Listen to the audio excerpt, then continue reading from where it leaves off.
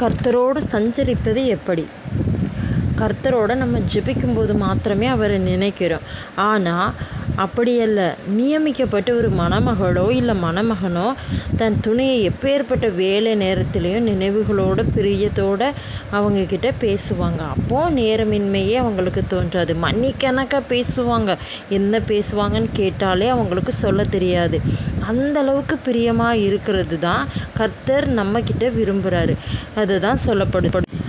ஆதியில் கொண்டிருந்த அன்பை விட்டாய் என்று உன் பேரில் எனக்கு குறை உண்டு என்று வெளிப்படுத்தல் 2:4 சபையை பார்த்து கர்த்தர் சொல்லுகிறார். நம்ம அபிஷேகம் பெற்ற போது ஆரம்பத்தில் இருந்த நெருக்கம், அன்பு கர்த்தரிடத்தில் எப்பொழுதும் இருக்கணுங்கிறது தான் அவரோட வாஞ்சை, அவருடைய அன்பு, அவருடைய எதிர்பார்ப்பு.